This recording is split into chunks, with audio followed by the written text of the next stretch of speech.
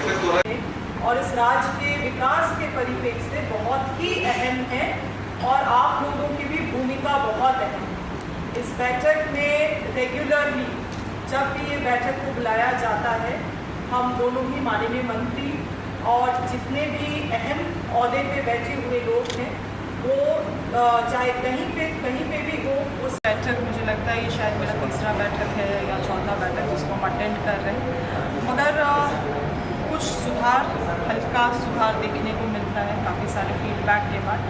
मगर अभी भी बहुत बड़े पड़ाव हैं जिनको हमें पार करना है। आंकड़े किताबों में अच्छी दिखती हैं, मगर वो ज़मीनी हकीकत से जुड़ी है नहीं जुड़ी है वो तो हम जैसे जनप्रतिनिधियों को सुनिश्चित करना है। इसीलिए हम इस बैठक में लगातार हम लोग अटेंड करते हैं। माननीय वित्त मंत्री जी भी अपने अहम सुझावों को हमेशा रखते हैं और बैंक उसमें से कुछ कर रही है। मुझे लगता है बहुत बड़े बदलाव को करने के लिए हमें और ईमानदारी से उन चीज़ों में काम करने की आवश्यकता है। केसीसी लोन को लेकर कुछ टारगेट बढ़ाने की बात आती है? हाँ, पिछले वित्त वर्ष में 40% ही हम लोग केसीसी अब अचीव कर पाए। तो क्योंकि पिछले साल हमारी सरकार ने 2 लाख रुपया तक केसीसी लोन माफ़ी भी किया है, तो इसके वजह से रीफाइनेंसिंग इशू नहीं होना चाहिए। इसीलिए हम लोगों ने ये सुझाव दिया है कि इस साल वित्त वर्ष 25-26 में इस आंकड़े को बढ़ाते हुए 60% अचीवमेंट तक हम लोग केसीसी में लेके जाने का काम करेंगे।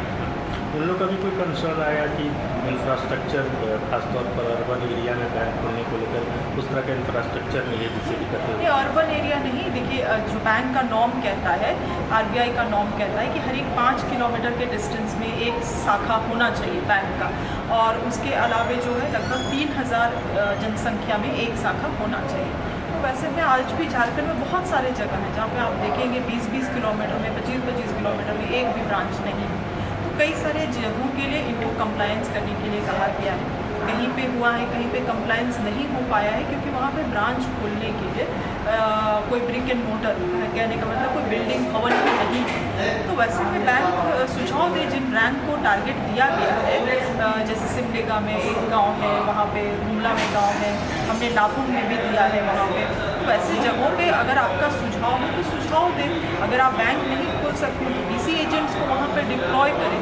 तो ये सब चीज़ें हैं, कभी कभी मुझे लगता है इन बैठक को और बहुत बारीकी से करने की आवश्यकता है। केवल एसएलबीसी तक सीमित ना रहे, मगर एसएलबीसी के बीच का जो समय रहता है उसमें भी कुछ जो 13 सब कमिटीज़ हैं, उन कमिटीज़, अहम कमिटीज़ का बैठक बुला के जो राज्य से फोकस्ड योजनाएं हैं उसके बारे में भी चर्चा करने की आवश्यकता है, जिसको मैंने सुझाव में आज रखा है। थोड़ी चिंतित भी लगी हैं आप इस बात को लेकर कि बैंक के बड़े अधिकारी इस तरह की बैठक से दूरी बना लेते हैं? हाँ, ये तो मैंडेटरी है। जब इस राज्य के वित्त मंत्री, कृषि मंत्री शामिल लगातार होते हैं बैठक में, ऑन टाइम आते हैं। कई आरबीआई के जो डायरेक्टर्स हैं वो बाहर दूसरे राज्य से, बॉम्बे से, कर्नाटका से आते हैं। तो ऐसे बैठक में, इतना हाई लेवल बैठक में आप अपने रिप्रेजेंटेटिव के तहत किसी मैनेजर को भेज दीजिएगा जिसको आंकड़ों के बारे में नहीं मालूम है, पूरे मतलब राज्य के परिप्रेक्ष्य में उनको आंकड़ा नहीं मालूम है, तो फिर क्या आवश्यकता है आने का। इसीलिए मैंने ये साफ कह दिया है,